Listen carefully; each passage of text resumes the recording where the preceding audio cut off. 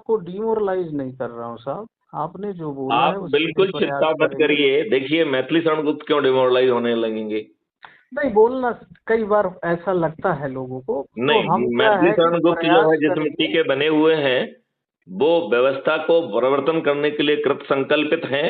वो डिमोरलाइज होने वाले नहीं हैं। हम प्रयास करेंगे जो है।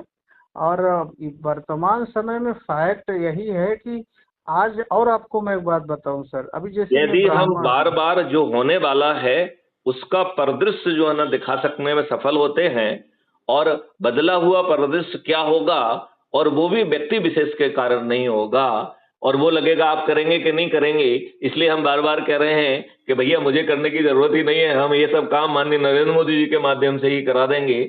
और आज जो भारत सरकार के और भारत के संसाधन हैं, जो हमारी एक्सपर्टाइज है, जो हमारा स्किल सेट है, हम उसी का उपयोग करते हुए इन सब चीजों को जमीन पर उतार देंगे, और भारत का वैभव देखने योग्य होगा।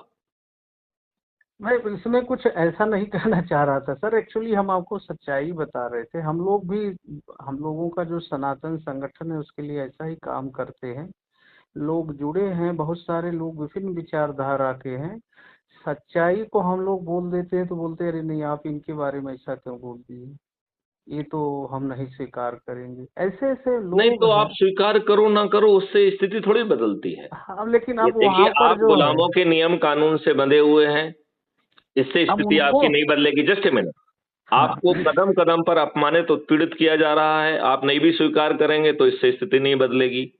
घटिया कानून के तहत जो विधिक जिम्मेवारी है उनका पालन नहीं किया जा रहा है, आप स्वीकार करें चाहे ना करें, आपकी स्थिति नहीं बदलेगी। राइट? जो घटिया विधिक कानून के तहत लोगों को पालन करना चाहिए वो भी नहीं हो रहा है। भ्रष्टाचार का बोलबाला है। जो आपके वोट से चुन के पहुंच रहा है, वो पार्टी विप से बना हुआ अत्यंत ही मजबूर प्राणी है। उसे टिकट लेने के लिए और जीतने के लिए करोड़ों रुपए खर्च कर रहे हैं, तो जैसे ही जीतता है वो आखंड भ्रष्टाचार में डूब जाता है। अब आपकी नैया कौन किनारे निकालेगा? और ये मानना अत्यंत ही मूर्खता होगी कि जब आपातकाल होगा तो ये नेता जो है अपने वोट के लिए अपने को बचाते हुए काम करेंगे, और ये पुलिस और सेना को आदेश ही नहीं देंगे जैसा जम्मू एंड कश्मीर में हुआ था। लिहाजा आपकी पुलिस और आपकी सेना आपको नहीं बचा पाएगी। जो आपकी दुर्गति होना है वो आपकी होना है।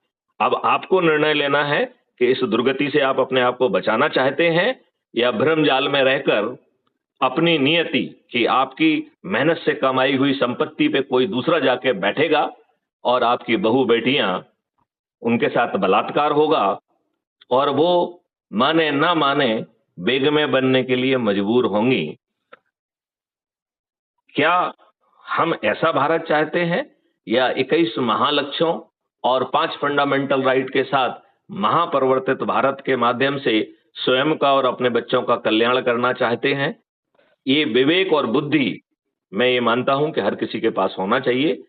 और कहते हैं विनाश काले विपरीत बुद्धि, तो आप अपने आप को चतुर मानकर यदि इस सार्वभौमिक सत्य को स्वीकार करने के लिए और छोटा सा प्रयास करने के लिए तैयार नहीं है, तो मैं इसका दोष भी आपको नहीं दूंगा।